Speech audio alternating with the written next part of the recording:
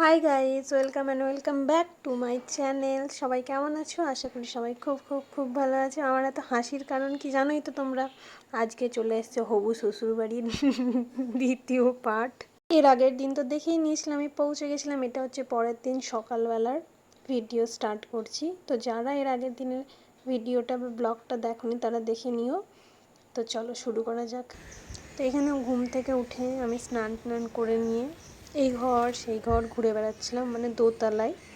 আর ভাবছো এত রিল্যাক্সভাবে কীভাবে ঘুরে বেড়াচ্ছি, কারণ কেউ ছিল না, সবাই নিচে ছিল। আমার মা, বাবা, কাকিমা, কাকু আর মাসিমণি এসেছিল। তো সবাই নিচে ছিল, আমি একাই ওপরে ছিলাম। আর এই সিঁড়িটা দিয়ে আমি এর আগের দিন রাত্রেবেলা উঠেছিলাম। তো উঠে দেখো আমি নিচে তো ভিডিও করতে পারবো না, তাই নিয়ে যাইনি। আর এখানে দেখো কত কত বই খাতা। আর এই দেখো মাও স্নান করে বেরিয়ে গেছে।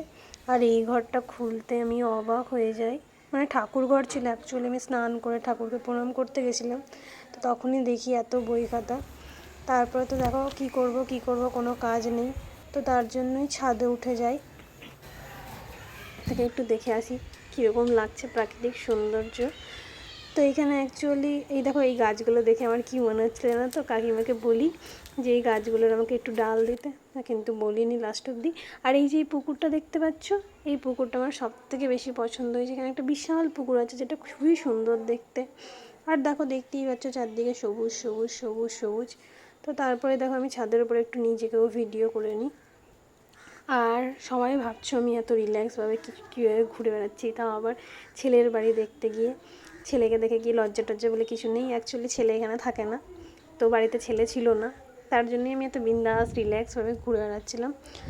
যাই হোক, সেদিন তো প্রচুর গরম ছিল, মানে ছাদে উঠে আমি একদম ঘেমে অস্থির হয়ে যাই, দেখতেই পাচ্ছ, তাকাতে পারছি না। তারপরেও ছাদে উঠেছিলাম, কারণ ওরকমভাবে তো আর মানে কতক্ষণই ঘরে, তারপর টাইম পাস হচ্ছিল না।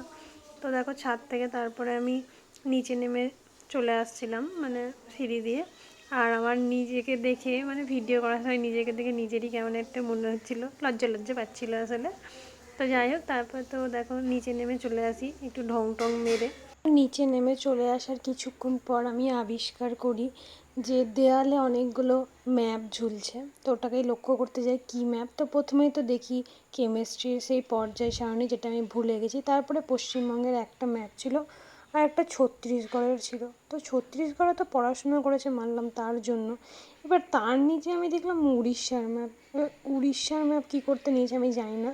তারপরে আমার হঠাৎ মনে পড়ে এই বই খাতার মধ্যে তো কোথাও না কোথাও একটা খাতা হবে যেখানে হাতের লেখা পাওয়া যাবে।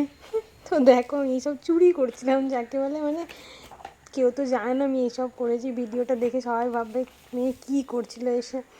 তো যাই হোক, এখানে দেখো কত কত মোটা মোটা বই, পড়েছিল কিনা কে জানে, না না পড়েই হবে আশা করি। তো যাই হোক, তারপরে তো দেখো নিচ থেকে কাকু আমাকে দুটো পেয়ারা দিয়েছিল। তো সেই পেয়ারাটাই, মানে একটা অলরেডি আমি খেয়ে নিয়েছি, আর এই দুটো ভাইয়ের জন্য নিয়ে এসেছিলাম। তারপরে তো কাকু আমাকে আরও দুটো পেয়ারা দেয়, সেটাও নিয়ে এসে আমি ব্যাগে ভরে দিই। আর এখানে দেখো আমি সানস্ক্রিন মেখে রেডি হচ্ছিলাম, চুলগুলোও সেই তারকা রাক্ষসী যে হয়েছিলাম ওটাও বেঁধে নিই, কারণ অনেকক্ষণ হয়ে গেছে। এবার খেয়ে দিয়ে মানে লাঞ্চ করে বেরোবো, কারণ আমাদের ট্রেন ছিল হচ্ছে 12:30টার দিকে। তো আমরা 11টা নাগাদ ওখান থেকে বেরিয়ে গেছিলাম। তো দেখো এখানে আমি রেডি হয়ে গেছি, আর খাওয়া দাওয়া হয়ে গেছে। তারপরে আমি, বাবা, মা আর কাকু সবাই মিলে বেরিয়ে পড়েছি। আর বাইরেটা দেখে বুঝতে পারছো তো কী গরম, মানে কী পরিমাণ রোদ ছিল, প্রচুর গরম ছিল সেদিন। কাকুরা যেদিন এসেছিলো সেদিন বৃষ্টি পড়েছিল, আমরা যেদিন গেছিলাম সেদিন মানে পুরো রোদে রোদ। আর এই দেখো আমাকে তো সবাই চেনোই। তো যাই হোক, তোমরাও দেখে দেখে নিশ্চয়ই আমাকে বোর হয়ে গেছো। তো এই দেখো, আসলে সেই আগের দিন তো কাকু আমার সামনাসামনি বসেছিল, তো আমি সেরকম কিছু মোবাইলটা নিয়ে রেকর্ড করতে পারিনি। কিন্তু যখন আসছিলাম, মানে যেদিন ফিরছিলাম, সেদিন কাকু সেই টোটোওয়ালার পাশে পড়েছিল, ওই জন্য আমি দুম দাঁড়াক্কা রেকর্ড করেছি। তো এই দেখো আমরা অনেকক্ষণ পর, না অনেকক্ষণ না, কিছুক্ষণ পর তোমার স্টেশনে পৌঁছে গেছি। ওই দেখো হলুদ রঙের ওপরটাতে লেখা আছে। আর ওই যে দূরে দেখা যাচ্ছে তোমার তারাপীঠের মন্দিরের আদলে তৈরি, এখানে দেখতে পাই দেখো রামপুরহাট লেখা আছে। আর ওই যে তারাপীঠের মন্দিরের আদলে তৈরি স্টেশনটা। তো নেমে চলে এসেছি। এবার দেখো নেমে আমরা ভেতরে ঢুকে পড়ি। আর যেমন গরম তেমন ভিড়, মানে আমি পাগল পাগল লাগছিলো, আমি অতিষ্ঠ হয়েছিলাম এত ভিড় দেখে। তো এইখানে আমরা প্ল্যাটফর্ম না, ওভারব্রিজের ওপর এসে দাঁড়িয়েছিলাম সবাই মিলে, কারণ কোথায় ট্রেন দেবে বুঝতে পারছিলাম না। প্ল্যাটফর্ম ক্রমাঙ্ক 2 पर आ रही है। অ্যানাউন্সমেন্ট হয়ে গেছে, আমরা সবাই তারপর নিচে নেমে চলে আসি, মানে প্ল্যাটফর্মে। আর ওই যে কৃষ্ণচূড়ের গাছটাতে অসময়ে কৃষ্ণচূড়া ফুল ফুটেছিল। আর ওই দেখো আমাদের ট্রেন আসছে, 2 নম্বর লেখা আছে, তার পাশ দিয়ে একটু লক্ষ্য করলে দেখতে পাবে। তারপর তো আমরা ট্রেনে উঠে যাই। উঠে যাওয়ার পরে দেখো ভাগ্য হলো সেদিন এসিতে ভাই টিকিটটা বুক করে দিয়েছিল, নয়তো তো এমনিতেই আধ খ্যাপা হয়ে গেছিলাম, তারপরে ফুল খ্যাপা হয়ে যেতাম। ভারী নয়, সে বহরমপুর বা রাঁচি যেতে হতো। তো তারপরে দেখো প্রাকৃতিক সৌন্দর্য দেখতে দেখতে এগিয়ে যায়, কিন্তু তাও গরম ছিল, এমনকি এসির মধ্যেও মনে হচ্ছিলো গরম লাগছে, বারবার গেট খোলা হচ্ছিলো। আর এইটা কি বলো তো, এইটা হচ্ছে সেই ফারাক্কা ব্যারেজ। এইখান থেকেই জল ছাড়লেই বাংলাদেশে বন্যা হয়ে যায়। এই দেখো, যেখানে সম্ভবত 108টা গেট আছে, মানে অনেক বড় গঙ্গা নদী, আশা করি সবাই মোটামুটি জানো।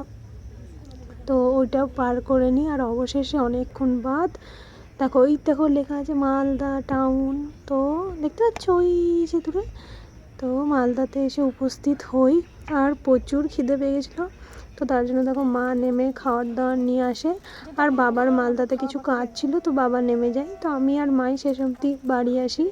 আর এখন বাজে দেখো 4:35, অবশেষে মানে আমি বাড়ি থেকে আর কিছুটাই দূরে, মানে বাড়ির স্টেশন থেকে। আর দেখো সূর্যটা এই সময় এত সুন্দর লাগছিলো, মানে মেঘ আর সূর্যের মধ্যে। আর এই দেখো আমাদের, মানে এটা রেল গেটটা স্টেশনে ঢোকার আগে। আর এখানেও দেখতে হবে, অনেকের কোশ্চেন থাকে আমার বাড়ি কোথায়, এখানে দেখতে হবে স্টেশনের নামটা, যে স্টেশনের নামটা দেখতে হবে একদম সেখানেই আমার বাড়ি। এই দেখো, কে কে পড়তে পেরেছো মেসেজ করো তো। তারপর তো দেখো পৌঁছে গেছি, আর আমি আর মা নেমেও পড়েছি স্টেশনে। তো চলো, আজকের ব্লগটা তো এত দূর পর্যন্তই ছিল। সবাই খুব খুব খুব ভালো থেকো, তোমাদের সাথে আবার দেখা হবে, টাটা বাই বাই। আর এটা কাকু দিয়েছিল, মানে টাকাটা, ডায়েরিটার পেনটা আমাকে দিয়েছিল, মিষ্টিটা ভাইয়ের জন্য। চলো তাহলে আজকের মতো টাটা বাই বাই। ভিডিওটা ভালো লেগে থাকলে লাইক অ্যান্ড সাবস্ক্রাইব করে দিও। সবাই ভালো থেকো, লাভ ইউ।